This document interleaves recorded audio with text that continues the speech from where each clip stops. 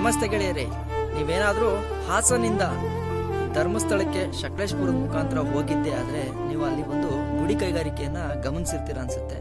Coffee ಗಿಡದ ಒಂದು ಆ ಮರಗಳೇನಿದೆ ಅದರ ವೇಸ್ಟಿಂದ ಒಂದು ಸುಂದರವಾದ ಒಂದು ಕಲಾಕೃತಿ ಥರ, ಅಂದರೆ ಒಂದು ಶೋಕೇಸ್ ಥರ ಮಾಡೋವಂಥದ್ದು, ಅದರ ಮೇಲೆ ನಾವು ಹೂವು ಬುಟ್ಟಿನ ಇಟ್ಕೊಳ್ಳೋವಂಥದ್ದು ನೀವು ನೋಡಿರ್ತೀರ ಅನ್ಸುತ್ತೆ. ಅವ್ರ ಹತ್ರ ನಾವು ತಗೊಳ್ಳೋಕ್ಕಿಂತ ಮುಂಚೆ ತುಂಬಾ ಬಾರ್ಗೇನಿಂಗ್ ಮಾಡಿಬಿಟ್ಟಿರ್ತೀವಿ. ಸೊ ಅವರ ಒಂದು ಮನದಾಳದ ಕಷ್ಟಗಳು ಅಥವಾ ಅವ್ರು ಅದನ್ನು ಮಾಡೋಕ್ಕೆ ಎಷ್ಟು ಕಷ್ಟಪಟ್ಟಿರ್ತಾರೆ, ಅವ್ರ ಪರಿಶ್ರಮ ಏನಿದೆ ಅನ್ನೋದನ್ನ ಅವರ ಮುಖಾಂತರನೇ ನಾವು ತಿಳ್ಕೊಂಡ್ರೆ ತುಂಬ ಒಳ್ಳೆಯದು. ಬನ್ನಿ ವಿಡಿಯೋ ನೋಡ್ಕೊಂಡು ಬರೋಣ.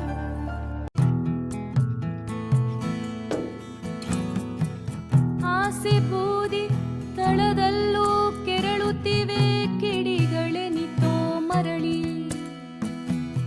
ಮುರಿದು ಬಿದ್ದ ಮನ ಮರದ ಕೊರಡೊಳು ಹೂವು ಅರಳಿ. ಆಸೆ ಬೂದಿ ತಳದಲ್ಲೂ ಕೆರಳುತ್ತಿವೆ ಕಿಡಿಗಳೆನಿತೋ ಮರಳಿ, ಮುರಿದು ಬಿದ್ದ ಮನ ಮರದ ಕೊರಡೊಳು ಹೂವು ಅರಳಿ. ಕೂಡಲಾರದೆ ಯಾಳದಲ್ಲೂ ಕಂಡಿತು ಏಕಸೂತ್ರ, ಕಂಡುದುಂಟು ಬೆಸೆ ಬೆಸೆಗಳಲ್ಲೂ ಭಿನ್ನತೆಯ ವಿಕಟ ಹಾಸ್ಯ.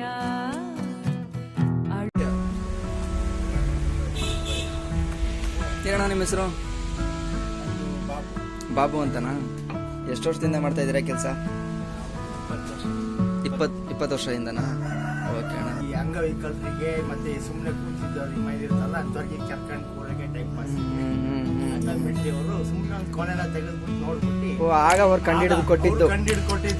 ಯಾವ ಮರಗಳಣ್ಣ ಇವು? ರೋಬಸ್ಟಾ ಕಾಫಿದಾ? ಅಲ್ಲ, ಮೂರಿದೆ. ಸೆಂಟು, ಅರಬಿಕಾ, ರೋಬಸ್ಟಾ. ಓಕೆ. ಎರಡು ಬಂದ್ಬಿಟ್ಟು ಹುಳ ಬಂದ್ಬಿಡುತ್ತೆ, ಇದು ಬಂದ್ಬಿಟ್ಟು ಹುಳ ಬರಲ್ಲ. ಇದು ಸ್ಟ್ರಾಂಗ್, ಬಲಿಷ್ಠವಾಗಿರುತ್ತೆ.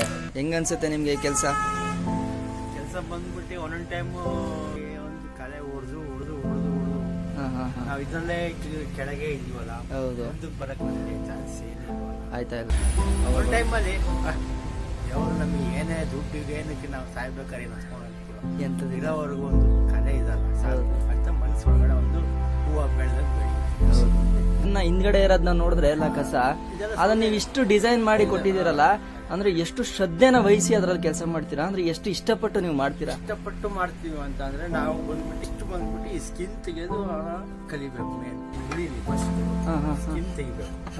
ಈಗ ನೋಡಕ್ಕೆ ಇದು ಒಣಗಿ ಡ್ರೈ ಆಗಿದೆ. ಹೌದು. ಹಸಿ ಇದ್ರಲ್ಲಿ ಬಂದ್ಬಿಟ್ಟು ಒಂದು ಈ ತೆಗಿಬೇಕಾದ್ರೆ ಒಂದು ಕೆರೆಗ ಎಲ್ಲ ಕ್ರಾಕ್ ಬಂದ್ಬಿಟ್ಟು ಹುಳಿ ಟಚ್ ಆಗಿರೋದ್ರೆಲ್ಲ ಮಿಸ್ ಆಗಿ ಹಾಕ್ಬೇಕಾದ್ರೆ ಹೊಡೆದು ಬೆರಳು ಸಮೇತ ಕಿತ್ತೋಗಿ. ಅಯ್ಯಪ್ಪ. ನೋಡಿ ನಿಡ್ಕೊಂತೀವಲ್ಲ, ಕೆರಿತೀವಲ್ಲ, ಇಲ್ಲಿಂದ ಜಾರ್ ಬಿಡುತ್ತೆ.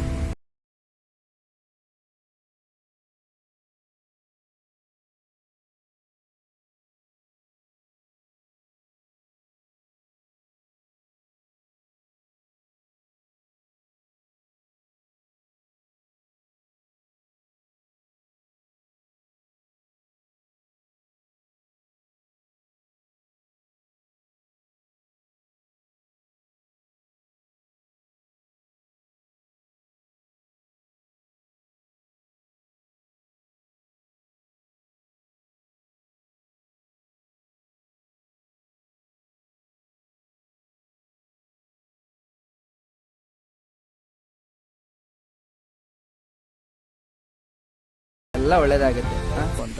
ಒಬ್ಬನ್ ಕೆಟ್ಟವನು ಅಂತಾನೆ ಬಿಟ್ಬಿಟ್ರೆ ಅವ್ನು ಒಳ್ಳೇದಾಗುತ್ತೆ ಅವಾಗ. ಹೌದು. ಒಳ್ಳೆತನ ಇರುತ್ತೆ, ಕೆಟ್ಟವನಲ್ಲೂ ಒಳ್ಳೆತನ ಇರುತ್ತೆ. ಅದನ್ನ ಹುಡುಕಿ ನಾವು ಸರಿಪಡಿಸ್ಬೇಕು. ಹೌದಲ್ಲ? ಹೌದು. ತುಂಬಾ ಜನ ಇದಾರೆ, ಎಲ್ಲ ಒಬ್ಬೊಬ್ರು ಅಲ್ಲ, ತುಂಬಾ ಜನ ಇದಾರೆ, ಸರಿಪಡಿಸ್ತಾರೆ. ನಾವು ನೋಡಿ, ನಾವು ಈ ಕೆಲಸಕ್ಕೆ ಇಳಿದ್ಬಿಟ್ಟು ಮತ್ತೆ ಯಾವ ಕೆಲಸನೂ ಇಷ್ಟಪಡ್ಲಿಲ್ಲ. ಓಕೆ. ಈ ಕೆಲಸದಿಂದ ನಾವು ಎಲ್ಲ ಕಡೆನೂ ಹೋಗಿದ್ದೀವಿ. ನಾವು ಇಂಡಿಯಾದಲ್ಲಿ ಎಲ್ಲಾ ಕಡೆನೂ ಹೋದಂಗಾಯ್ತು ಇದರಿಂದ, ಈ ಕೆಲಸದಿಂದ. ಯಾಕಂದ್ರೆ ನಾವು ಗೌರ್ಮೆಂಟ್ ಜಾಬ್ ಅಲ್ಲೋ ಬೇರೆ ಎಲ್ಲಾರ ಇದ್ದಿದ್ರೆ ನಾವೆಲ್ಲ ಊರೆಲ್ಲ ನೋಡಕ್ ಆಗ್ತಿರ್ಲಿಲ್ಲ. ಸತ್ಯ ಅಣ್ಣ. ನಿಮ್ ಕಡೆಯಿಂದ ನಮ್ಗೆ ಒಂದು ವಿಷಯ ಬೇಕು. ಏನು ಅಂದ್ರೆ, ಓದ್ಬಿಟ್ಟು ನಂಗೆ ಓದಿದ ತಕ್ಕದಂಗೆ ಕೆಲಸ ಸಿಕ್ಕಿಲ್ಲ ಅಂತ ಸುಮ್ಮನೆ ಬೇಜಾರು ಮಾಡ್ಕೊಂಡು ಮನೇಲಿ ಕೂರುವಂತ ಎಷ್ಟೋ ಯುವಕರುಗಳಿದ್ದಾರೆ. ಅವ್ರಿಗೆ ನೀವ್ ಹೇಳೋ ಕಿವಿ ಮಾತೇನಣ್ಣ? ನಾನು ಹೇಳೋದೇನಂದ್ರೆ, ಓದ್ಬಿಟ್ಟು ಸುಮ್ಮನೆ ಕೂರ್ಬಾರ್ದು, ಯಾವ್ದಾರ ಒಂದು ಕಷ್ಟಪಟ್ಟು ದುಡಿಬೇಕು. ಓದಿದ್ದಕ್ಕೆ ಹೋಗ್ಬೇಕು ಅಂದ್ರೆ ಅದು ಸಿಗಲ್ಲ ಇವ್ರೆ. ಈಗ ಎಷ್ಟೋ ಕೋಟಿ ಜನ ಕೆಲಸ ಇಲ್ದಲ್ಲ ಇದಾರಲ್ಲ, ಹೌದು ಅವರು ಏನಾರು ಒಂದ್ ಸಣ್ಣ ಪುಟ್ಟ ಜೀವನಕ್ಕೋಸ್ಕರನಾರ ಏನಾರು ಮಾಡ್ತಾರಲ್ವಾ, ಹೌದು ಥರ ಒಂದ್ ಏನಾರು ಮಾಡ್ಬೇಕು. ಓಕೆ ಒಂದು ಅದ್ರಲ್ಲೂ ಒಂದು ಸಾಧನೆ ಮಾಡ್ಬೋದಲ್ಲ. ಹೌದಣ್ಣ ಒಂದು ಸಣ್ಣದಾಗ ಒಂದು ಕ್ಯಾಂಟೀನ್ ಇಟ್ಕೊಂಡು ಒಂದು ಸಾಧನೆ ಮಾಡ್ಬೋದು, ಹೌದು ಒಂದು ಗುಡಿ ಕೈಗಾರಿಕೆಲ್ಲೂ ಮಾಡಬಹುದು ಹೌದು ಅಲ್ವಾ. ಅವರಿಂದ ಒಂದು 4 ಜನ ಕೆಲಸ ಆಗುತ್ತೆ. ಹೌದು ಸುಮ್ಮನೆ ನಾನು ಓದಿದ್ದೀನಿ ನನಗೆ ಕೆಲಸ ಇಲ್ಲ ಅಂತ ಮನೇಲಿ ಕುತ್ಕೊಂಡಿದ್ರೆ ಏನ್ ಪ್ರಯೋಜನ ಇದೆ? ಅವ್ರ ಖರ್ಚಿಗಾದ್ರೆ ಮಾಡ್ಕೊಬೇಕು, ಅವ್ರ ತಂದೆ ತಾಯಿ ಸಾಕೋದಕ್ಕಾದ್ರೆ ಮಾಡ್ಬೇಕು. ಹಾಗಾಗಿ ನಾನು ಹೇಳ್ತಾ ಇರೋದು ಇಷ್ಟೇ, ಕೆಲಸ ಇಲ್ಲ ಅಂತ ಕುತ್ಕೊಂಡ್ರೆ ನಾವೇ ಇದು ಮಾಡ್ಕೊಬೇಕು, ಇಲ್ಲ ದುಶ್ಚಟಕ್ಕೆ ಬಲಿ ಆಗ್ಬಿಡ್ತಾರೆ. ಕೆಲಸ ಇಲ್ಲ ಅಂತ ಯೋಚನೆ ಮಾಡ್ತಾ ಕುತ್ಕೊಂಡ್ರೆ ಯಾವ್ದಾರ ಬೇಡ ಬಿಟ್ಟು ಹೋಗ್ಬಿಡ್ತಾರೆ. ಹೌದು. ನಿಮ್ಮ ಹೆಸರು ಅಣ್ಣ? ಲಾಜರ್ ಅಂತ.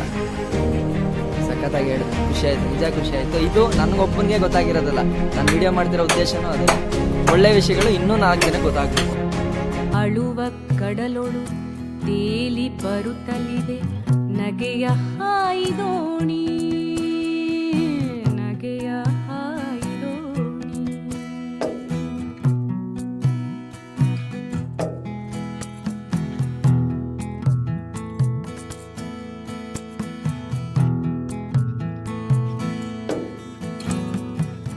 ಆಸೆ ಬೂದಿ ತಳದಲ್ಲೂ ಕೆರಳುತ್ತಿವೆ ಕಿಡಿಗಳೆನಿತೋ ಮರಳಿ, ಮುರಿದು ಬಿದ್ದ ಮನ ಮರದ ಕೊರಡೊಳು ಹೂವು ಅರಳಿ. ಆಸೆ ಬೂದಿ ತಳದಲ್ಲೂ ಕೆರಳುತ್ತಿವೆ ಕಿಡಿಗಳೆನಿತೋ ಮರಳಿ, ಮುರಿದು ಬಿದ್ದ ಮನ ಮರದ ಕೊರಡೊಳು ವಿಡಿಯೋ ನೋಡ್ಕೊಂಬಂದ್ರಲ್ಲ ಮಿತ್ರರೇ, ಹೇಗನ್ನಿಸ್ತು ನೋಡಿ?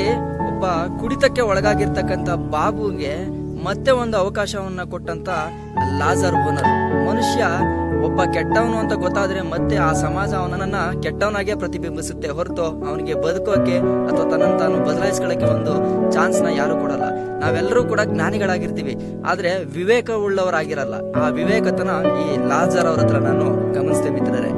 ಜೊತೆಗೆ ಅವ್ರು ಹೇಳ್ತಾರೆ, ಓದಿದ ತಕ್ಷಣ ನಾವು ಅದನ್ನೇ ಮಾಡಬೇಕು ಅಂತ ಏನಿಲ್ಲ, ಮಾಡೋ ಕೆಲಸನ ನಿಷ್ಠೆಯಿಂದ ಮಾಡಿದ್ರೆ, ಅಷ್ಟು ಪರಿಶ್ರಮ ಕೊಟ್ಟು ನಾವು ಮಾಡಿದ್ರೆ ಯಾವ ಕೆಲಸನೂ ಕೂಡ ನಮ್ಮನ್ನ ಕೈ ಹಿಡಿಯುತ್ತೆ.